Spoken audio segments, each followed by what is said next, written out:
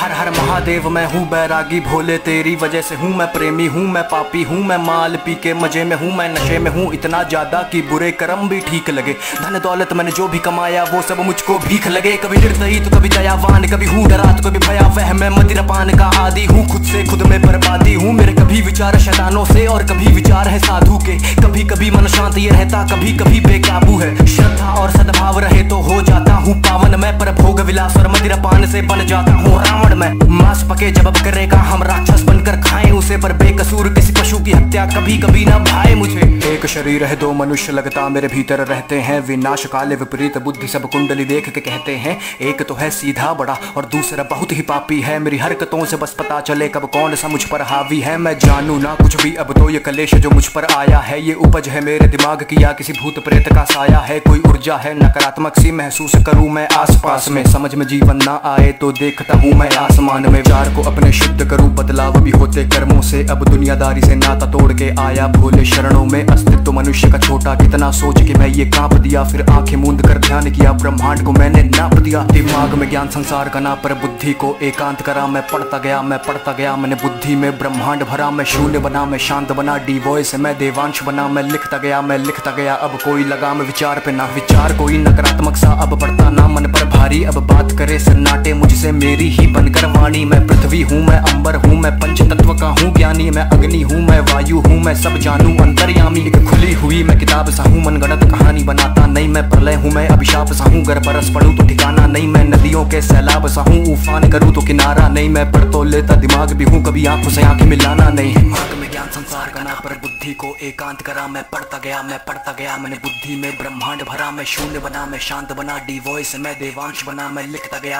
गया अब कोई लगाम विचार पे ना।